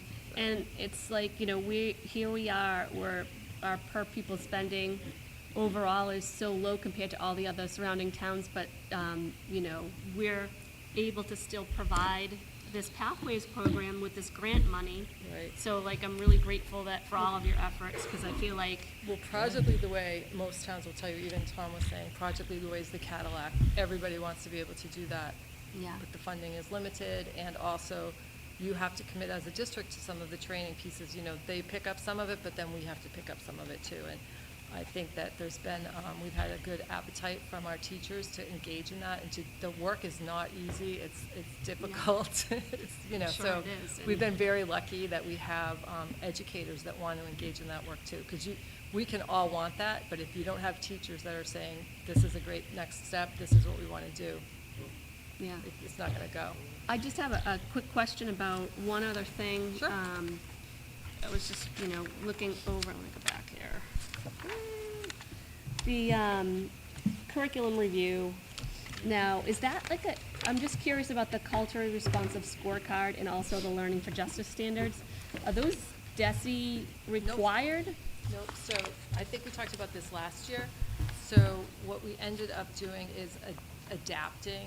So anytime you ever adopt a curriculum or a book, there is, for lack of a better term, a scorecard. There is one that came out that emphasized thinking about what is the perspective of the author, does the work itself incorporate all of the different types of learners that you have? Are there students in the work with disabilities? Are there students that are Black? Are there students that are Latino? Are we incorporating, are there enough women represented in the curriculum? So Yeah. it's just making sure that, and it doesn't mean that you don't necessarily purchase a product or use that product, but you think, okay, if I've got in the 8th grade 5 books that are all about boys and what they like to do as novels, well, maybe it's time that we looked at another book and tried to Right. incorporate that as well. So all the scorecard does is have teachers think deeply about, okay, are we offering enough? Are we offering enough choice, or should there be more? And that's really important work, right? We definitely should be making sure that everybody's represented in the books that we're providing, so I completely understand that. My question is more along the lines of these 2 particular programs, and I'm just wondering if there are other programs. Have you researched anything that wasn't, see, my thing is I don't like to, whether it's like Yeah, so the far left or far right, whatever. Yeah. I would rather stay out of the political, whatever, and just focus on the education of it. And I'm just Sure. wondering if there's like a program. So there's not necessarily a program, but like DESE has a checklist. We always had a checklist it's really a checklist. The only thing it does, and again, what I think the beauty of that tool is not necessarily about, it's engaging educators to talk about, oh, how are we showing both perspectives on this, or are we only showing one perspective? It's not necessarily anything that's going to change instruction. It's just saying, are Right. the materials appropriate for the time? I mean, the culturally responsive scorecard, as it stands on some website, I think it's been amended by our group to tackle what we want it to do. So we looked at it and said, okay, this is giving us a tool to make sure that we're incorporating diverse perspectives in a way that it's just a more in-depth tool. Right. It's not that different than any tool we've ever used. I can show you samples of different tools. I'd be interested in seeing Okay. the different tools that you're Yeah. using, definitely, but I'm sort of questioning the, money that would need to be spent toward it, since we've already, So as a that- district, invested a lot of money in those particular programs, which was before my time. Like, I think that Right, so we don't invest money in We those don't- programs. yeah, So the that's what I money, is the professional development for the teachers. It's the summer work. We pay the teachers to come together for a week in July to review, the benchmark assessments, the curriculum. The The MCAS. products themselves don't cost Okay, so anything. so we're not like Doesn't pay- continuing to purchase anything from these No, particular no, groups? no, This no. is We've just never something we pur- already have? We've never never purchased purchased any of anything. that. Okay. It's just a guide that we used. And if you remember last year, we talked about the learning, I think it's called Learning for Justice now. I know they change their name all the time. Yeah. But we talked about, do I know my family? Do I know my family's story? Those areas. Again, that was piloted. The first year it was piloted, and we presented it to you last year. But only one team had used it. Remember, we kept saying, we can't go in this direction until other teachers have a chance to see it and work with it. So they all had a chance, except for grade 6 last year, to do that. So we'll be making some determinations about, are those the right things for us to be incorporating? Are those the right focus for us? And Yeah. From what I understand and the way I read the curriculum that we're presenting and what the focus is of those standards is we kind of were doing that anyways. It's articulated in a nice, neat package, but it's. Yeah, and I'm not saying that everybody shouldn't be represented, but like, I absolutely see what you're doing. I just, it would be really helpful to see, What like, the other tools are. what the tools are that you're using in order to, Right, and the summer work this year, as you can see, as Mary Beth just said, the sixth grade didn't have an opportunity to do the Yeah. work in previous years, so the summer work is just the sixth So you grade. don't have to continue to, like, so they've done it, like, so it's not like they're gonna keep going back to that particular thing. They've kind of done it and thought about it. And some of, quite frankly, the tool's not perfect. It asks you things like, well, what's the background of the author? We don't know the background of the authors. Like, what's the race of the, we don't know that. Like, there's things on there that we can't necessarily figure out by reading it or Yeah. looking at it. So there's a lot about that tool that's not perfect. What it does do is just prompt some conversation and some thought about, are we including everybody, or are we like way too heavy on one perspective and not on other perspectives? That's really the beauty of those review tools. Okay. And we are required to review our curriculum regardless of what tool we use, but we're required to do that. Right, of And course. it's the same buckets. It's like it's a civil rights exercise. Yeah, I understand, yeah. Yeah. So, I think that was sort of around what I was trying to get to, is like, Yeah. what's the DESI piece of this that, Well, DESI requires that we review, Yeah. that's considered a best practice, that you're looking Yeah. at your curriculum, you're thinking about who's represented and Yeah. who's not. And as I said before, that doesn't mean you throw things away. It just means you include more or give more choice Yeah. or think about that. okay. Susie? Nope, I'm good. You good? Thank you. David? I just had one question on the pathway. You mentioned about 15, 16 different internships. Where? I'm just kind of wondering where the Yep. kids are going, what they're So doing. we've It's out of had a curiosity. huge, there's been a, I wish I brought the list with me, but there's been, actually probably Yeah, not to should put you on wait the until spot, I everything's like apologize. wrapped up. But there's been a lot of digital arts demand. So a lot of people looking for website development, social media presence, updating the websites that they have, using Illustrator, using Adobe, all of the things that some of our kids are getting certified in right now. So that's been the biggest block. Brandon is taking on, we received a grant for computer science interns. So that grant is going to assist us in giving a stipend to some of our computer science students to begin working with Brandon on some of the like starting that help desk mentality, getting that off the ground this year. So that's pretty exciting. We have there are a couple of people looking for administrative, some administrative office experience, doing some, and as we all know, nobody's entrusting, their accounting books to one of our students, okay? So, but there is an opportunity to shadow somebody and also to do some office work and to do some clerical work in addition to learning what somebody in the office is doing. So there's a bunch of those different kinds of categories so far. But we're always looking, so if there's anybody that you can think of that might be in need of an intern, in particular, we've been looking at, digital arts, computer science, and business, but we're open to matching kids up. Senior project is also coming up, and that's another great way for our students to make partners with the community, so. Now, are we bringing any people into the building per se to talk about what they do? I'm So- just thinking, with digital arts or something, I don't know all the ways that can be used. So does someone come in and say, we have 8 people in my art department, wine and spirits distributorship. I didn't even know that. I knew we had 2. Yep. I have 8. I'm like, Yep. great, that's fantastic. Right, so we have not had people come in yet. I know that Mary Ellen is planning at the end of this year to do a celebration kind of dinner and to start to bring people in. We have not had a huge, sort of need in terms of kids not understanding, what their role would be. Our biggest concern now is outreach to the community and getting people to say, oh, it would be great to give kids a shot at this. Once we identify a role, we have enough kids that are interested or willing to compete for that position, so. Well, and on that, we'll continue to challenge our listening audience and those here, that if you are one of those people, please reach out to us, because we'd love to One of our have. biggest challenges has really been in the digital arts, because a lot of the people that are looking for support, they work remotely. They don't really have an office, so that's been one of our biggest, Mark's nodding, because this is something that we're grappling with. We're gonna probably have to set up a space for our students. Also, it's, the machines that run those programs are incredibly expensive, and that's not something that your average senior is walking around with. So we're gonna have to set a sort of a workspace up for our Literally students. a remote internship. Yeah, but they will be, you know, I mean, there's some pros and cons to that for the kids probably, but I like the idea of them being in our school and having access to their digital arts teacher and to Mary Ellen and to Mark, so that if there's things that are coming up, they're right there, so that's okay. Interesting. Not Thank you. exactly what we were thinking, but it's a product of No, the where world we we are. live in. It's a work Yeah. in progress, so, hey. Yeah. I think I'm good. Thank you. I'm still learning this stuff.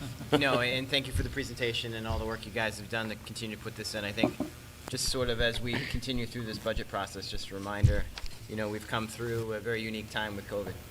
And obviously, funding has been in a different period than it usually is, right? And now as we sort of get back to normal, if you will, educational budgets, and in my experience over time, it's always tough every year after year to look to see where these funds go, right? And you look at this and you see, well, it's about 150 for just to maintain what we have, and then the other stuff is new opportunities. And I think as a committee, we're always wanting to move the next thing forward, but with that, there's always a cost, because there's a fixed amount of revenue coming our way. And I think that's the challenge, is we get so excited at these opportunities, but at some point, it's got to balance. And so just always keep this in mind as we're going through this process of how do we balance.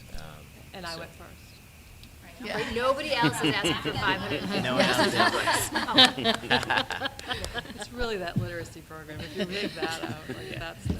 Regular year, if you take that out. Yeah. Absolutely. Well, thank you. Just one last thing on Mary Beth's budget. So there's a lot of stuff in there. So anytime we have funds available at the end of the year and there's a bank of You can textbooks knock that it we out. can buy, we try to knock it out with year-end funds. So some of that stuff will, you know, as we get through the priorities, it may fall off the priorities because we figured out a way to get it this year for next year, so. Next under my report is the technology plan. So you all got a first read of this with Brandon back in the beginning of December. We had an opportunity to have 2 technology roundtables last week, one evening and one daytime offering. I will say we did not get nearly as many folks as we've gotten in the past. We got 3 folks at the nighttime offering and 2 folks at the daytime offering, but they were actually really great conversations. So during the evening, we were able to make connections with a couple of folks in the community that do a lot of infrastructure work in different settings and are willing to help us with some things that we're struggling with, so that was great. And during the day, we had some great conversation just about the nature of some of the courses that we're offering and the pathways for kids. So there were 2 totally different conversations, but definitely, you know, we took a lot of feedback and we're, you know, really thankful for the folks that took the time to come out. So you all would be taking this as a second read and approval. It would be placed on our website.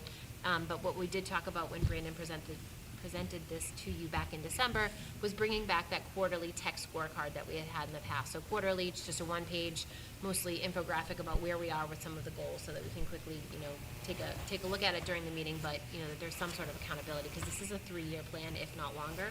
And so I want to make sure that we're still thinking about where we are with some of the goals and what progress we've made over the course of each of the years, so. With that, I'll accept a motion to approve the second read for the PPS technology plan. So moved? Second. I have a motion and a second. Any further discussion? Seeing none, all those in favor? Any opposed? The ayes have it. Thank you. The last thing under my report, I just wanted to, Lance and I talked a little bit offline after the last meeting, so I wanted to bring back to you policy BDD8, which is public participation at school committee meetings. I think at our last meeting, there was some public comments that were, for lack of a better word, disruptive, just in the sense that they were like in the middle of another presentation. Valid questions, absolutely easy to answer, but don't fit the structure of necessarily public comment. I think I was, you know, giving my report, and there was a question about how do you know, where are the notes for the DEI committee posted, and how do I complain about something happening at the high school? Nothing to do with the report that I was giving. So Lance and I talked a little bit about going back to the traditional public comment section of the agenda. So I just wanted to print out for you what the current policy is that you all have for public comment. I wouldn't necessarily suggest any revisions to that, but I do think we should put it as an agenda item. You know, it generally falls at the beginning of the agenda. The reason why we kind of came away from that as a committee is that what happens then with public comment at the beginning is that folks are asking questions about information that wasn't even necessarily presented yet. Right. So I think over the past 7 to 8 years, the committee moved away from a standalone public comment and just let folks ask questions as we work through the material, which for flow of the meeting makes sense, but the past few meetings, some of the questions are not relative to what we're going to cover, so I think it would be important to just get that done at the beginning. So. Yeah, and obviously, if it's a topic that needs a little further vetting, I think we're going to be open to that. I think that's part of who we are as a committee, and what we've been committed to is transparency and open communication with the community. So we will continue to do that. We just want to make sure we're sort of staying on topic and moving the agenda forward. And if there are issues that need to be dealt with directly outside of the school, which may come up in our committee meeting, the community understands that and that type of thing. But Yeah. So for the next meeting, I would put public comment as a standalone agenda item, and we'll see how it goes. So you think it should, so let me just make sure I understand, you want to have it at the beginning? That's how the policy is That's how written. the policy. Yeah, so my experience in Carver was that way, right? Yeah. So community members would come in, they were given 2 minutes, share whatever they want for 2 minutes. We would acknowledge them, and then if it was relevant to the conversation, we could refer back. We could ask them a question if we felt it was relevant. We could invite them back up again, things like that, but they had a time to share. Can be any topic they want to share. Didn't have to be on the agenda that night. So if we're going to do that during a high-traffic night? Yep. Could So we, it's- like? No, start and that's what I limiting- shared. If it's an issue, we know most of the questions are coming in one direction, right? We can hold that off, and we can sort of direct that if we need to. Right, I mean, can we like limit it to like 2 minutes? If it's Oh, yeah, a no, high and that's traffic what our thing. policy Yeah, yeah. stands, So yeah. it's 15 minutes, yeah, is the total block. Is at the the total beginning block of time. Oh, Per total topic, block, got but it. 2 minutes per person is the max. So. All right, perfect. Right, and I'll try to do my best to You always redirect do. it You and, do a good and job. make sure we stay on topic, right? Yeah, So that we're conscious of everybody's time. Yeah. And making sure, but also making sure that we fully vetted and everybody's had a chance to speak. yeah, Absolutely. makes sense to me. Sounds good. That's it. With that, and seeing no more further discussion, do I? Yay? I don't know, Tracy, did you sign in? Yes, sure. And you just have to come up to the microphone. It does not amplify in the room, but it allows It's the just folks so our at home audience, to hear you. yes, yes. Thank you, I Tracy. apologize. No, I'm come on up. actually bringing up a topic that you've already discussed and wrapped up. Thanks, Tracy. We appreciate I that. know, I am sorry, but it is about the town meeting warrant article, sorry. I appreciate the idea of putting it on town meeting. I like having the transparency part, I respect that. I always am in favor of including the rest of the town in voting. My concern is if, of course, now I'm thinking of this a half an hour later, is if this goes to town meeting, it's voted down, then what? Then the conversation is just closed? How do we then? No, you all could then, as boards, decide to move it forward if you still felt passionate about it. After the town meeting voted it down? Right. I So, feel like we've been there before, Tracy. yes, we have, which is what Think about what that would causes like. me to be a little bit concerned with that, and I don't want to close this door of conversation again. I feel like the committee itself is, as you said, a no-brainer. It doesn't cost anything, it's just a conversation, formal conversation at that, but I'm a little worried that sending it to town meeting will close the door and we'll be right back at the beginning of having these conversations 2 years down the line again, starting over in 2 years. Well, so I think it's important for people that are passionate about the topic to come to town meeting and to bring other parents and families that are passionate about the topic. I agree. I'll be there, obviously the committee will be there. I'm happy to address the article and explain that it is really a no-cost exploration. It makes complete sense for us. I can't imagine it not moving forward. But I'll share it. I'd with- like to agree, but I'm. But I'll share it with all of the PTOs and all of the school councils, and, you know, we've done it in the past. I'm happy to bring 150 parents to get it to move. I think it's going to be really key to educate residents that Yep. putting this committee together is not necessarily a step forward. It's not binding at all. In that, yeah. right, Mhm. okay. But if that did not pass, then that would come back before you if it was requested to vote again? Yes. And then we would go about the process the same way, where it would go through you and then through the select board? Yeah. Okay, thank you. Thank you, Tracy. Ma'am? This is Allison. Allison did participate in the technology roundtable. Excellent, Yeah, Allison. Allison Glennon. So I guess I can just say for that, I wish you guys on page 7 would have included something for the younger kids for technology plan. I'm kind of disappointed that they're being skipped for the next 2 years. I think that's important to consider. Okay, so for the Pathways program, I'm curious, because I know it was started, which I totally support, because of the children, the current freshmen not being able to get into VOTEC. No? So that's not the reason why the Pathways So program this was started. before that? Right, Okay, so so we've this been. isn't tied to the money that's. No, so okay. we've been talking about Pathways for a good 5 or 6 years, talking about our students at Pembroke High School that are not traditional learners necessarily, that are not necessarily on a college pathway, and how are we servicing them so that they can enter the job market right after college. We have a number of kids that don't go into college or take a gap year, and we wanted to set our kids up with a leg up in the job market. So is that a Google certification? Is it an Adobe certification? What types of things can we offer? At the same time, we recognize that not all students are fans of the lecture type style education, and can we get some hands-on opportunities for our kids? And when we first started talking about this 6 years ago, there was an abundance of vocational opportunities. So we were not talking about the traditional vocational student and servicing them at Pembroke High School. There are a number of kids that need a break in their day where they're working just with their hands as opposed to, taking math, Yeah, science, no, all I the mean, way I through. fully support, I just want to make sure the funding's not going to go away. No, And so that you we- guys so- are committed to these children. Obviously, in as eighth we, grade and going up as the to- vocational okay. opportunities have changed a little bit for students, we want to think in the future about how can we meet some of that need. Early education is a Chapter 74 program offered at Silver Lake and at South Shore VOTech. We have a number of students that have an interest in that, and that's one of the ones that's a little bit easier to start, right? We have a preschool, you can combine the two. You're talking about some developmental psych classes that we have the capacity to teach with the staff that we have. So, looking to build out in future years, yes, we are thinking a little bit about the lack of vocational options for kids, but the money isn't tied to the Okay, I just want to make sure that it wasn't because, Nope. if I'm doing my calculations right, VOTech would only be available starting for sixth graders in the current. So vocational education is for ninth graders, Well, no, I know, but our sixth sixth grade graders. potentially.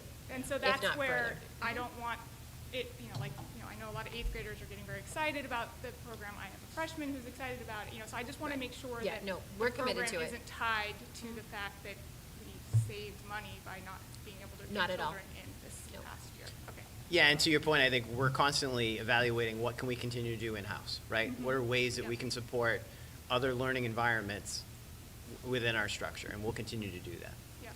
No, and I also want to say I fully support spending all the monies on getting children to read the right way, because I've gone through this, and my youngest has only ever been in Pembroke schools, and she's the first of my children that is fully reading in second grade, which is mind-blowing to me because I have children all over the spectrum of needs and highs and lows, and the OG model, which I'm hoping is what this will be, is the only way to teach children to read, in my opinion. It teaches the children who have dyslexia, and it teaches children who can just somehow look at a book and start reading without even learning. So it really teaches the right way, and I'm glad spelling tests, I think, is going to go away. So Thank you, Thanks, Alice. Alan. Any further comments before we conclude? Seeing none, I will accept a motion to adjourn. So- Motion? We have a second? All those in favor? Aye. Thank you, everyone. Thank you, guys.